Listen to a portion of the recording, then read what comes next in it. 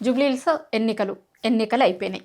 అయితే ఎన్నికల ముందు, ఎన్నికలు అయిపోయిన తర్వాత ఇప్పుడు అక్కడ రాష్ట్రంలో ఎప్పుడు ఎక్కడ జరగంది, ఎప్పుడూ మీరు వినంది, రాష్ట్రంలో ఒక్కటే దగ్గర కాదు అసలు దేశంలో కూడా ఎప్పుడూ ఇట్లాంటి వార్త మీరు విని ఉండకపోవచ్చు.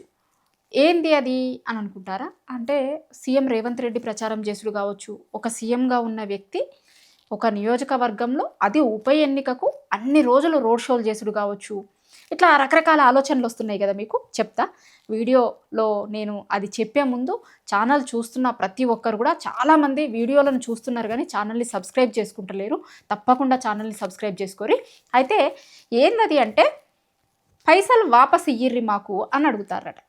జూబ్లీహిల్స్లో ఉప ఎన్నికలు అయినాయి కదా, ఉప ఎన్నికలు అయిపోయినాయి మొన్న, ఇప్పుడు రేపు రిజల్ట్. అయితే ఆ ఉప ఎన్నికల కోసం కాంగ్రెస్ పార్టీ అసలు ఎప్పుడు ఎక్కడ విననంతగా 100 కోట్లు ఖర్చు పెట్టిర్రు అనేది నిన్న మొన్న మనం వార్తలు చూసినాం. ఎట్టి పరిస్థితుల్లో ఒక్కటే లక్ష్యం, ఎట్టి పరిస్థితులలో జూబ్లీహిల్స్ ఎన్నికలలో గెలవాలి, గెలవడం కోసం ఏమన్నా చెయ్యిర్రి.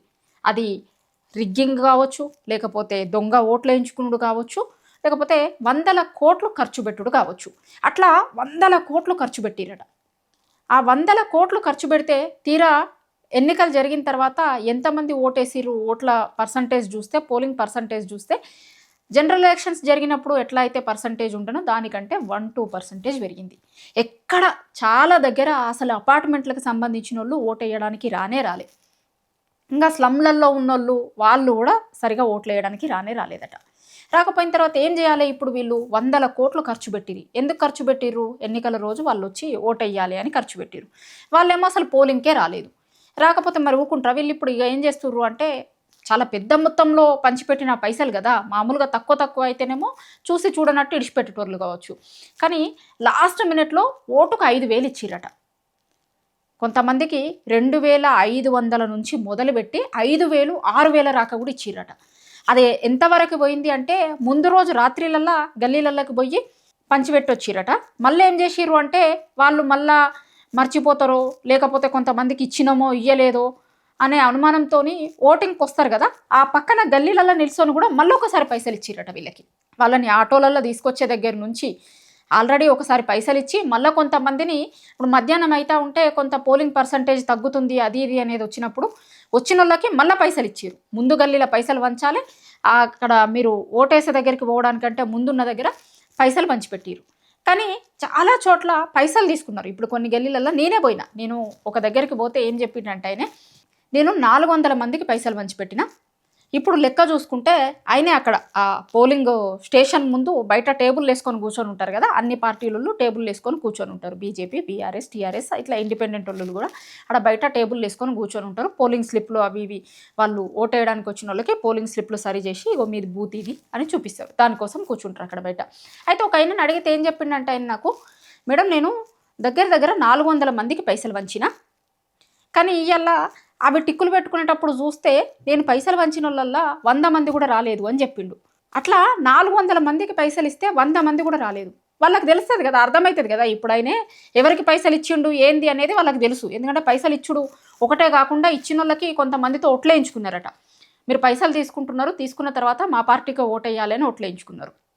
అట్లా వాళ్ళకి తెలుస్తుంది ఎవరికి పైసలు ఇచ్చినాం, ఎంతమందికి పైసలు ఇచ్చినాం, ఏ వాడోళ్ళకి ఇచ్చినాం, వాళ్ళు ఏంది. ఎందుకంటే అక్కడ లోకల్లో ఉండేటోళ్ళు ఇస్తారు కాబట్టి ముఖం గుర్తుపట్టగలుగుతారు అది ఇది. అయితే ఇప్పుడు ఏం చేస్తుర్రట అంటే పోయి మీకు పైసలు ఇచ్చినాం కానీ మీరు ఓటింగ్కి రాలేదు కదా, ఓటింగ్కి రాకపోతే మీకు ఎందుకు పైసలు ఇవ్వాలి, తిరిగి ఇయ్యిర్రి అని అడుగుతుర్రట. ఈ వింత నేను ఫస్ట్ చెప్పిన కదా, అట్లా ఎప్పుడు ఎక్కడ ఏ రాష్ట్రంలో చూసి ఉండరు అనేది గిదే. ఎన్నికలు అయిపోయిన తర్వాత మీరు ఓటింగ్కి రాలేదు కదా పైసలు ఇయ్యిర్రి అని అడిగేది ఒక్క జూబ్లీహిల్స్లోనే కావచ్చు.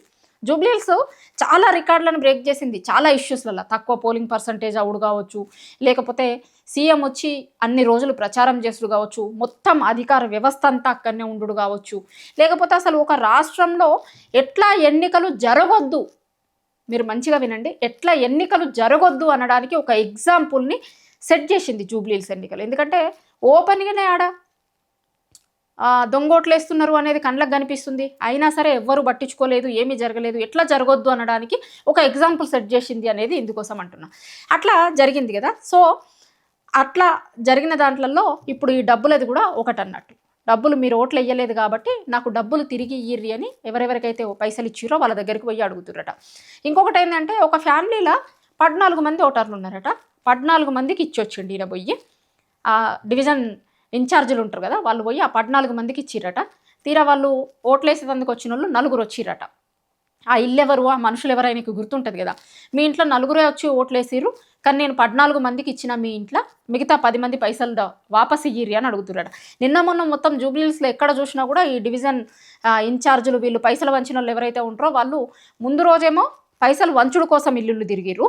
తర్వాతనేమో ఎవరైతే ఓట్లకి రాలేదో వాళ్ళ ఇళ్ళకి పోయి మీరు ఓటేసేటందుకు రాలేదు కదా, మేము పైసలు ఇచ్చినాం, మా పైసలు వాపస్ ఇయ్యిర్రి అని ఇల్లు తిరుగుతుర్రట. ఇదే అసలు పైసలు వాపస్ ఇయ్యిర్రి అని ఇల్లు తిరిగి మళ్ళీ పైసల్ని వాపస్ తీసుకున్నాడు ఎప్పుడన్నా చూసినామా, ఎక్కడన్నా చూసినామా, ఏ ఎన్నికలలో చూసినామా? అసలు అందుకే చెప్పిన నేను, జూబ్లీహిల్స్ ఎన్నిక అనేది చాలా చాలా రికార్డులను ఎందుకు సొంతం చేసుకుందంటే ఇట్లాంటి చాలా ఇష్యూస్ జూబ్లీహిల్స్ ఎన్నికల సందర్భంలో జరిగినాయి. ఇప్పుడు జూబ్లీహిల్స్లో ఎక్కడ చూసినా కూడా దీని గురించే మాట్లాడుకుంటున్నారు. డబ్బులు తిరిగి ఇవ్వండి అని ఇప్పుడు కాంగ్రెస్ పార్టీ నాయకులు పంచినోళ్ళు ఎవరైతే ఉన్నారో వాళ్ళ ఇంటింటికి పోయి డబ్బులు వాపస్ ఇయ్యిరి, మీరు ఓట్లు వేయలేదు కదా, ఓటుకు రానప్పుడు మీకు పైసలు ఇచ్చేందుకు పైసలు వాపస్ ఇయ్యిరి అని అడుగుతుర్రట. ఇది జరుగుతుంది ఇప్పుడు జూబ్లీహిల్స్లో.